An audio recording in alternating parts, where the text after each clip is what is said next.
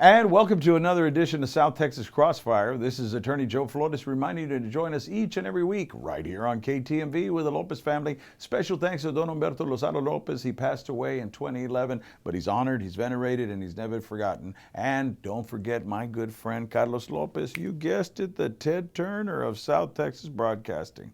With me today, I have a wonderful guest. I'm honored to have her on because she's making history here in Texas. She's running for the Supreme Court, and we want you to watch and share this because it's going to be on social media. I'm excited to welcome Brandy Voss. How are you, Brandy? I'm good, thank you. How are you? Oh, great, great. Brandy, I know this is like one of the first times you've been on TV since, you've been with the Girl Scouts almost a decade. I'm going to give them a plug. But I want to know about your education, training, and background. Okay.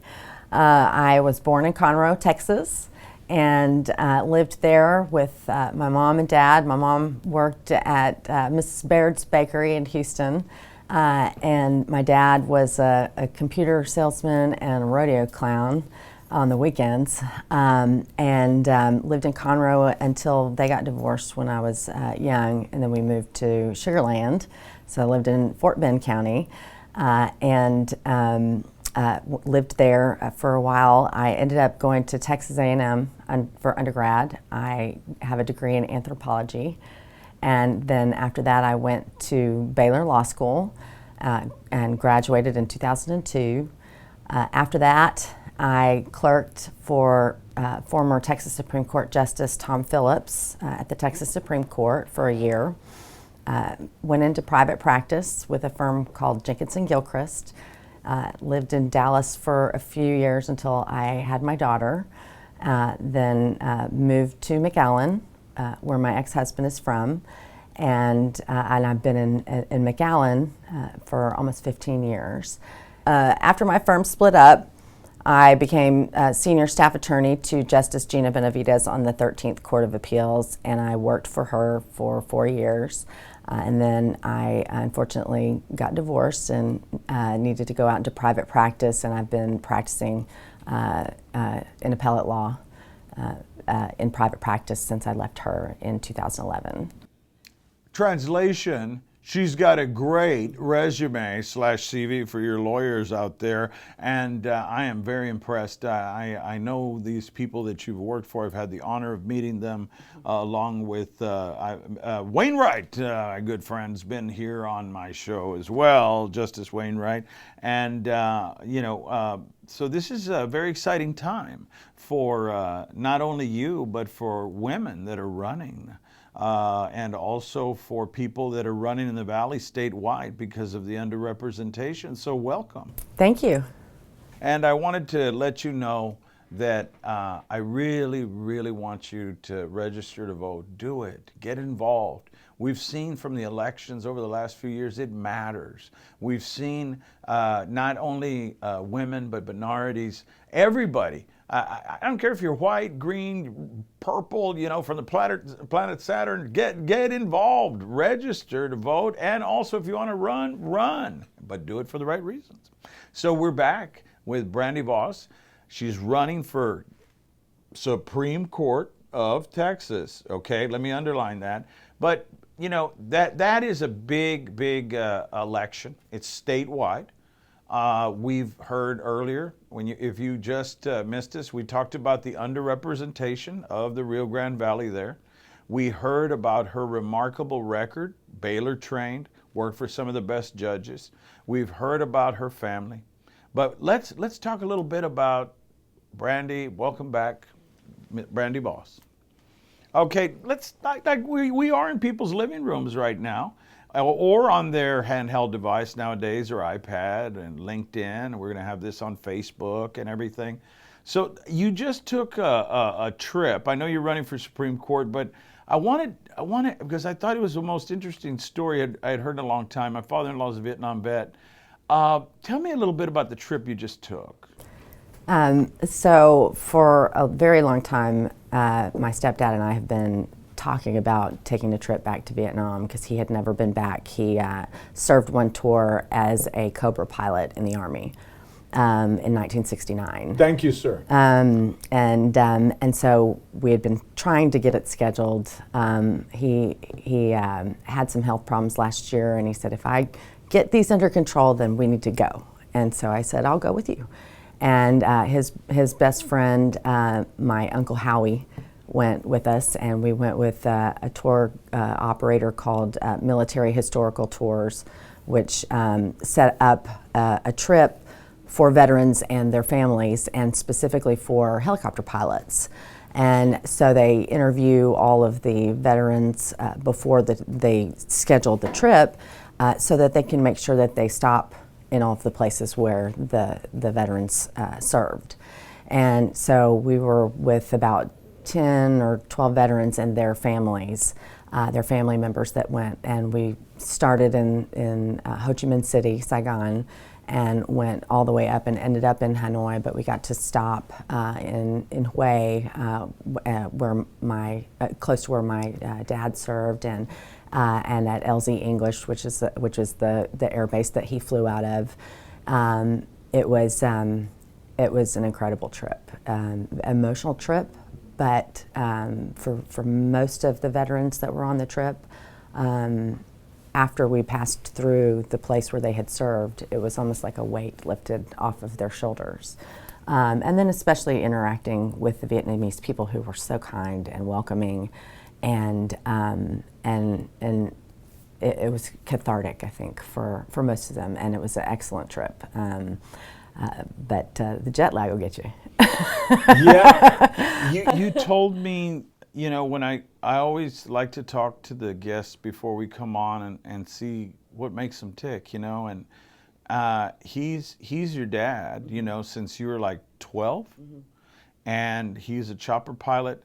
But a lot of people on the trip, Vietnam chopper pilots, they didn't talk, did they, for a while?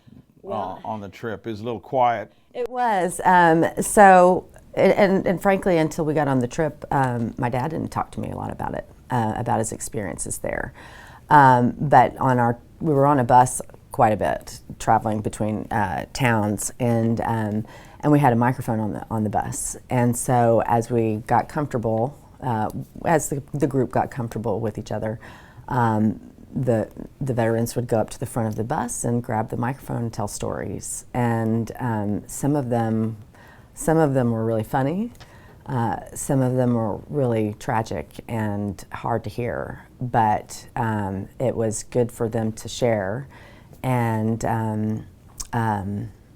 it's really incredible what some of the veterans went through while they were over there.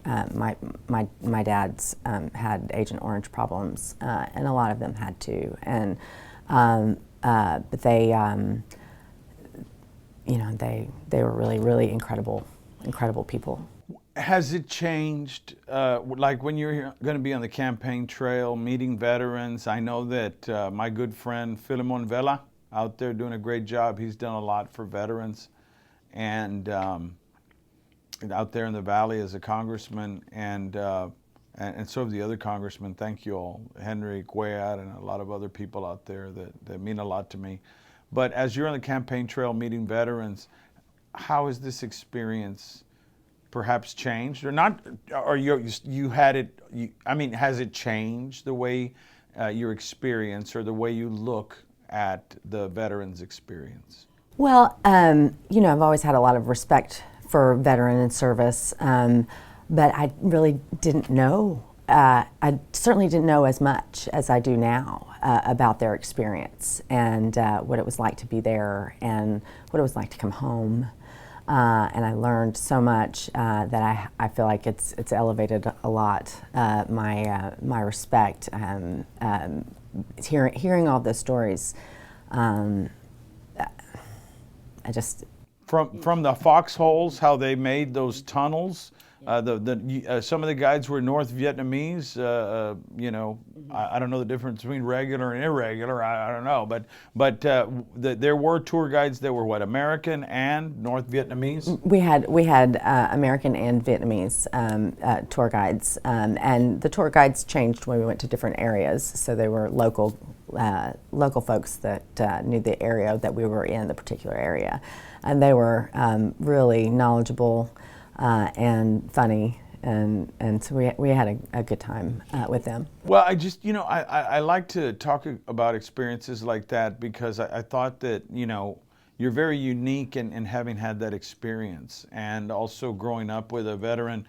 And those that I've noticed, I worked at Audie Murphy. I've worked with veterans all my life as a nurse practitioner on RN, and then I went to law school. But I know for a fact that those who saw a lot of war, they don't talk about it. Mm-hmm. If you hear somebody talking a lot about the war, they were probably in the rear with the gear. I'm sorry to say it, but it's true. Those that really were infantry, saw a lot of trigger time. They don't talk about it. And so I'm glad that, like you said, it was cathartic in a way. In the last half that we have here, I want you to talk about what you want to talk about. This is your time. I just wanted to add that piece to let people know about you and about the experience you had. But let's talk about your campaign, what your plan, just whatever you want to talk about. Well, I'm looking forward to trying to get to 254 counties, although I probably won't stop at every Whataburger like Beto did. But I would love to stop at every Whataburger. I'm looking forward to getting out and meeting new people and seeing parts of the state that I haven't seen. My plan is to try and educate as many people about the upcoming election and the change that people will see on the ballot. There will not be straight ticket voting in the 2020 general election, which means you will have to go down and select a candidate for every single race that you decide to vote in. Well, good. That makes you think. Well, it does encourage people to know who they're voting for, and so I want people to know me. I want to be accessible to the people who might be my constituents, so that they know who I am and they feel like they can contact me on Facebook and ask me questions about why I'm running, and so. But I definitely wanted to educate them about that because it's going to change things at the polls. It might take a little bit longer to vote, so encourage people to definitely take the advantage of early voting. Because if you wait till election day, the lines might be long because it takes people longer to go through the ballot. And I want to make sure that people know who I am so that they vote for me. Texas is tough. It's a tough state. It's a full contact sport, as I say in politics. There's a lot of division in the country. As far as Texas, though, I mean, you've at least had a lot of experience throughout the state. Do you see us as divided in Texas? Or we've talked about the underrepresentation, which concerns me about the Rio Grande Valley. And only 2 women on the court. Mm-hmm. And then no Democrats on the court. And there are no Democrats on the court. I think Charlie Baird, good friend of mine and my law professor, was the last in the criminal court of appeals, the highest criminal court. I think he was the last Democrat statewide judge, and so that's been a long time. What do you think as far as that? Being a woman, having moderate and open, kind of view of things on the court. What does that add or bring to the court that you think is lacking now? Well, part of judicial decision making is, you draw on your experiences and your life experiences, and those things help you to make decisions that are well rounded, So I feel like there is underrepresentation of women on the court. There's not geographic diversity. There's not diversity of opinion, really, in different beliefs and perspectives on the opinion or on the court as it stands right now.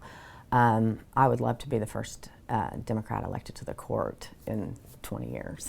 And I'd love for you to be there. And because I really think that different viewpoints brings a more robust debate and better decision making. And so that's what I hope to add. I know you can't talk about a lot of the cases that you've worked on, and there's certain very strict rules when you're running as a judge. But in the last couple of minutes we have left, knocking on a couple of million doors. If somebody opens their door in Longview or McAllen or Del Rio or Vidor or Odessa or in the Panhandle, in Amarillo, where there's two types of music, country and Western, what would you tell them? Why should they vote for you? Because I have the experience. I know how to get in there and do the job. I'm connected to my local community. I understand the needs of the people in my area, and how the decisions affect their daily lives, and I care about that. I will be fair. I will decide the case as it comes to me, but be forward-looking about how it will affect future litigants, and bring my knowledge and experience of almost 17 years practicing strictly appellate law to the court, and give you 150% every day. Very well said. It's been an honor to have Brandy Voss on. She's running for the Supreme Court of Texas. Coming near you, whether you're in Longview, Tyler, the Panhandle, West Texas, or right here in South Texas. She's going to be campaigning and campaigning hard. Look for her in this program on all social media. I'm going to be putting it on my LinkedIn and my Facebook, as well as Twitter, and all the social media I can find, because I'm excited about her campaign, and I want everybody out there, register to vote. And vote early. And that means you got a couple of weeks before it starts. So do it, because if you wait till election day, like Brandy said, it may be too late. Anything I left out, I always leave things out. I'm not perfect, far from it. Brandy, just if there's anything that you'd like for me to say about Brandy Voss, the candidate for the Supreme Court of Texas. And this is what, your second interview? I think one with the Girl Scouts and now me. I'm honored. We've done years ago. You're my first for the campaign. Really? Yes. Oh my gosh, I'm honored. Yeah, I've got to get this national. Yeah, years ago, I went on Channel 5, I think in the Valley with my Girl Scouts. Talk about cookie sales, but they did all the talking. The girls do all the talking. So I've been a Girl Scout troop leader for 8 years, seven or 8 years now. I lost count. I love my Girl Scouts. That's beautiful, and I mean, I think you're a role model for a lot of these women out there. I've got a daughter. She may be thinking about going into law. What would you tell all the little girls out there who want to be a lawyer? Study hard. always be more prepared than everyone else. And as long as you do your best, whatever the result is, you can be proud of it.